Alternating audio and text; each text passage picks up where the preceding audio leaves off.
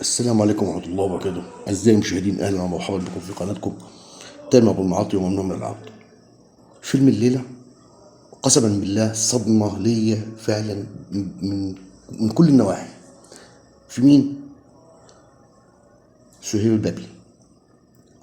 ما كنتش أتخيل إن سهير البابلي تكون بهذا الوضع. ملط يعني، إيه ده؟ إيه اللي بيحصل ده؟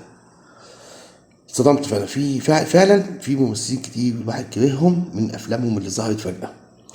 بتدور أحداث الفيلم هنا نجلاء فتحي مستهترة طالعة يعني، بص، استعراض مايوهات في الفيلم ولا 10 مايوهات.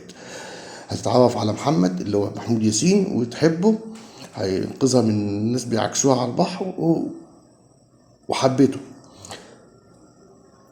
وجدي أباظة أرستقراطي وماشي مع سهير البابلي اللي بتحب عمر خورشيد. عمر خورشيد وبتعمل حفلات وكلام من ده لغاية عشان ايه؟ الأغراض البذيئة بقى اللي هي أغراض زي ديت في الحفلات. رشدي أباظة كل مرة ينقي له بنت وياخدها، كل مرة ينقي له واحدة وياخدها. المهم ان نجلاء فتحي ابوها غني جدا ومبسوطه وبتاع، وكان محمد اللي هو محمود ياسين ده كان هيسافر بقى في بعثه بابا في بعثه. ف وابوها في نفس الوقت هيدين. هتروح لرشدي اباظة عشان يفك الدين، يقول لها انا عايزك انت شخصيه. تقول له انت عمه ازاي تقول لي كده؟ هيوقع الدين عليهم وهتبقى غلبانه تاني. وتلف بقى وتلف وتدوي الايام.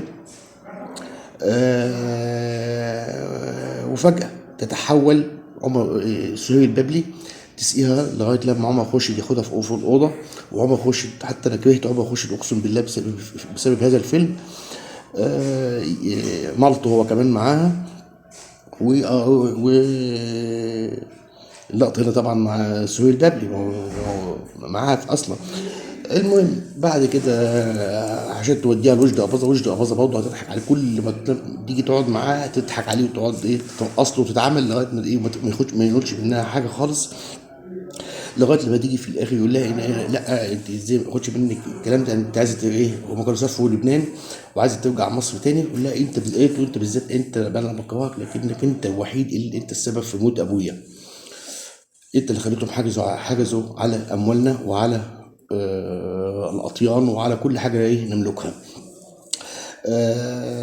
وفعلا هي دي الحقيقه.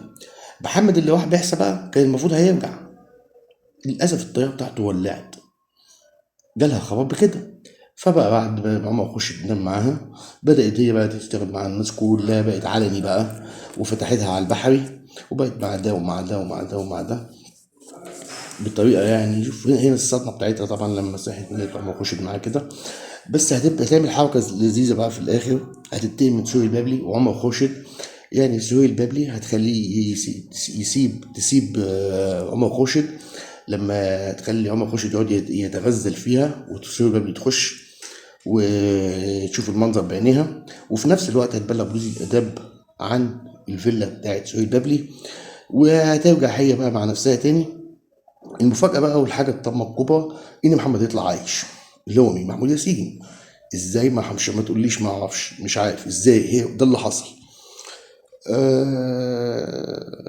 هيقول لها يلا نحب أحبك قالت له لا، انا معانا ما ينفعكش دلوقتي، انا مش عارف ايه. فهتحاول تسم نفسها، ماما من قصة منومة يعني. هتيجي تسم نفسها من هنا. هتبقى حالتها يعني صعبة جدا. في مشهد جميل جدا جدا، هتفتح عينيها بس وهي في المستشفى عشان تحضنه. العاطفة بقى، الحضن يعني دي العاطفة مش الجسد. وفجأة وبعدين تموت على طول.